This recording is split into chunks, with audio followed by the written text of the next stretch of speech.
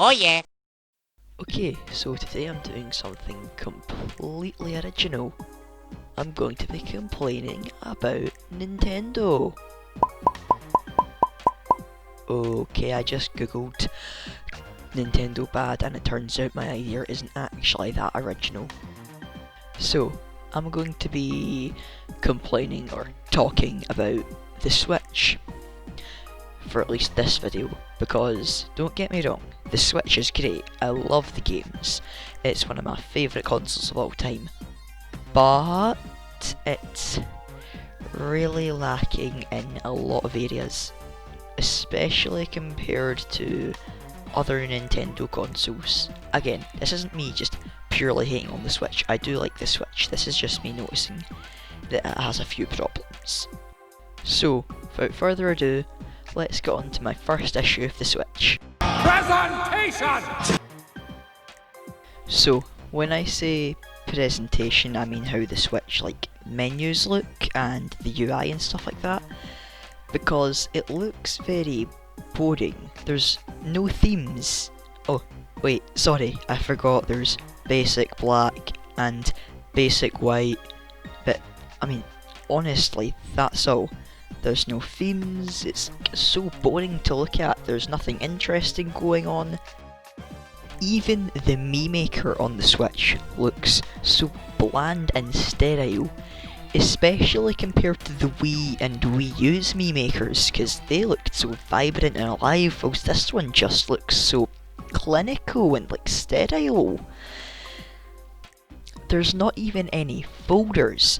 The Wii and the Wii U both had folders, so why doesn't the Switch have folders? I mean, all we have is this little weird square thing that comes up, which doesn't count. But you realise, this means the Wii U did something better than the Switch.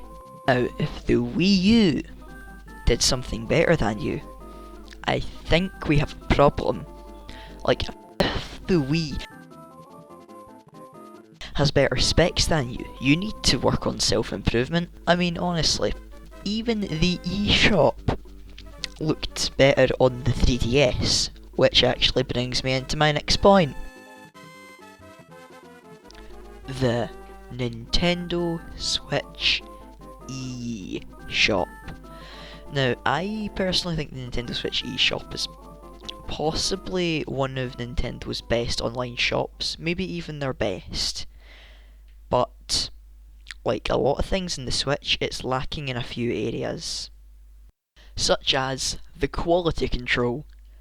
Now, actually, it's not even lacking in quality control, it just doesn't have any quality control.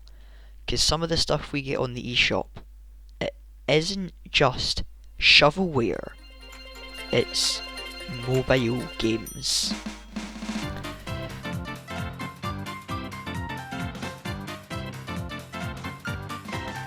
And we get stuff possibly worse than mobile games from time to time, because we get literal template games from the Unity engine. I might talk about Unity in another video, but all you need to know it's like an engine in it to make games on. But how, may you ask, do these mobile games even get bought on the Switch? Well, what they do is they go on offer. Now, on the Switch, there is a page which has best offers on it, so it's all the games that are on offer right now with some of the best deals. And problem is, if your game is on offer, lots of people are going to buy it, but thing is, when people buy that game, the game goes on the best selling part of the Switch, and that causes all these crappy mobile games to get really popular really quick on the Switch. It's so ridiculous Nintendo allows this, and they haven't changed their system at all. I mean, there aren't even ratings on the games, so you can't rate all the bad games so people think, oh, this is bad. There's nothing, all you see is the amount of downloads. So there is almost nothing to discern a good game from a bad game. You're just gonna have to look up a review on the internet, and most casual viewers won't do that. Also, a thing that's on the eShop which I don't like would be Nintendo Switch Online, and that'll be my next point. So, you've all probably heard horror stories about how bad Nintendo Switch Online is, and yeah, all those horror stories are pretty much legit. It is near unplayable at times. I think it has been improving slowly, and for the price it is still worth it, so I'm not going to spend too long on this. What I will say is it's quite cool that it comes with the NES and SNES games, but my only problem with those games is that they're all the legacy content on the Switch. There's nothing else. So yeah, that's my next point. Now, the lack of legacy content on the Switch is probably my biggest problem. I mean, sure we have like the Switch Online stuff, but I mean, there's not even that many games there, and the rate at which these old games are being released at is outrageous. I mean, they're old games, it takes barely any effort to put them on a new system, and yet Nintendo's only releasing like 2 a month. It's actually pathetic. They should be trying a bit harder. And like, we do have 3D All-Stars, but I think that is just even worse. It's almost insulting, especially since it's limited time and all that. It does mean that there could be a virtual console coming, and I hope there is, because the Wii and the Wii U both had virtual consoles. Why can't the Switch have a virtual console?